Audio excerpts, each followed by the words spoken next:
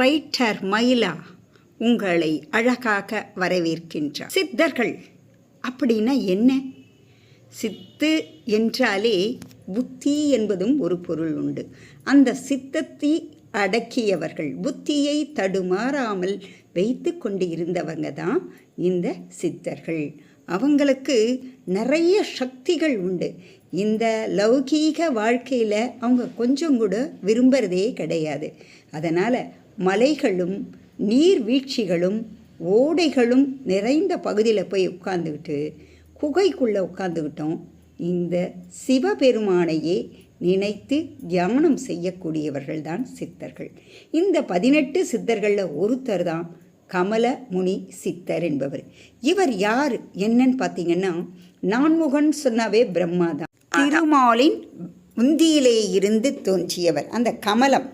இவரும் கமலம் சொன்னாவே கமலமுனி, அவருடைய அம்சமாக தோன்றியவர் தான் அப்படின்னு சொல்லிக்கலாம். இவர் சிவபெருமானை நினைத்து நிறைய பூஜைகள் செய்தார், தவங்கள் செய்தார். இதை பாருங்கள், இந்த குகை, அந்த குகைக்குள்ளே உட்காந்துக்கிட்டே எப்போ பார்த்தாலும் சிவனுடைய நாமத்தை சொல்லிக்கிட்டே இருப்பார். அதனால் இவருக்கு அதீதமான சக்தியும் கிடைச்சது. அப்போ வெளியில் இருக்கின்ற மக்களுடைய மனநிலைகளும் அறிந்து கொள்ளக்கூடியவராக இந்த கமலமுனி நன்றாகவே இருந்திருக்கார். இவரை பற்றி போகர் 7000 ரொம்ப அழகாக சொல்லியிருக்காரு. இந்த கமலமுனிவர் போல ஒருத்தரும் கிடையாதுன்னு சொல்லலாம். இவர் மக்களுக்காகவே வாழ்ந்தவர். ஏன்னா 18 சித்தர்களும் மக்களுக்காக தான் வாழ்ந்தாங்க. ஆனால் இவரும் ஒருத்தர் யாராவது கஷ்டப்பட்டாங்கன்னா உடனே அவர்களுடைய குறையை தீர்க்கணும். சித்து விளையாடல்கள் மூலமாக அவர்களுக்கு தேவையானதையெல்லாம் சொல்லியிருக்காரு. இவர்கிட்ட 100 சீடர்கள் வந்து சேர்ந்தாங்க. நீங்கள் எங்களுக்கு குருவாக இருந்து எனக்கு பாடம் கற்பிக்கணுன்றார். அதனால் என்ன, இந்த உடம்பை அப்படியே விட்டுடுங்க. உடம்பு என்பது என்ன, இந்த உள்ளே இருக்கிற ஆத்மாவுக்கு, அதாவது இந்த ஜீவனாவது பரமாத்மாவை அடைய வேண்டும் என்பதற்காக தான் இந்த உடல் இருக்குது, இதை மறந்துடுங்க அப்படின்னு உபதேசம் செய்கிறாரு. அதே போல் இவர் உட்காந்துக்கிட்டு பூஜை செய்துக்கிட்டே இருக்கும் பொழுது அந்த பக்கமாக ஒரு வணிகன் வரான். அவன் வந்து என்ன கேட்குறான்னா, முனிவரே, உங்களை பற்றி நிறைய கேள்விப்பட்டிருக்கேன். நான் ஒரு பெரிய கோவிலை கட்டணும்னு ஆசைப்படுறேன். ஆனால் என்கிட்ட பணம் கிடையாது. என்கிட்ட இருக்கின்ற பொருள்கள், என் மனைவிக்கிட்ட இருந்த நகைகள் எல்லாத்தையும் விட்டு நான் என்ன பண்ணிட்டேன், கொஞ்சம் கொஞ்சமாக கோவிலை கட்டிக்கிட்டு வந்துட்டேன். ஆனால் இப்போ என்னால் கட்ட முடியல. அப்போ தான் எனக்கு சொன்னாங்க, கமல முனிவர்கிட்ட போனோன்னா நிச்சயமாக உன்னுடைய துன்பங்களெல்லாம் ஈடேறும்னு சொன்னார். அதனால தான் உங்களை தேடி வந்திருக்கேன். என் குறைய நீங்கள் தீர்க்க முடியுமா அப்படின்னு கேட்குறாரு. அப்படி கேட்ட உடனே அவர் சொல்கிறாரு, அப்பா, நீ கேட்குற, நீ நல்ல காரியத்துக்காக தான் கேட்குற. அழியாத இறைவனுடைய நாமத்தை சொல்வதற்காக 4 பேர் கூடும் இடம்தான் கோவில். அந்த கோவிலில் கட்டுறதுக்கு புண்ணியம் செய்திருக்கணும். நீ என்னுடைய உதவியை கேட்குற. ஆனால் நானும் உன்ன மாதிரி பணம் காசு என்கிட்ட இல்லையேப்பா, நானும் ஒரு சித்தன் தானே, என்கிட்ட என்னப்பா இருக்குது அப்படின்னு இவர் சும்மா விளையாட்டாக கேட்குறாரு. அவர் உடனே பார்த்து கேட்குறாரு, நான் கேட்குறது நீங்கள் எல்லாத்தையுமே செய்து கொடுப்பீங்கன்னு சொல்லி தான் நான் வந்தேன். நீங்கள் ஆசீர்வாதம் ஒன்று பண்ணுங்க போதும். அந்த ஆசீர்வாதத்தினாலே நான் என்ன பண்ணுவேன், கட்டிடுவேன். ஏன்னா மனிதர்களுக்கு தேவை வாழ்த்து, அந்த வாழ்த்து மட்டும் கொடுங்க அப்படின்னு கேட்குறாரு.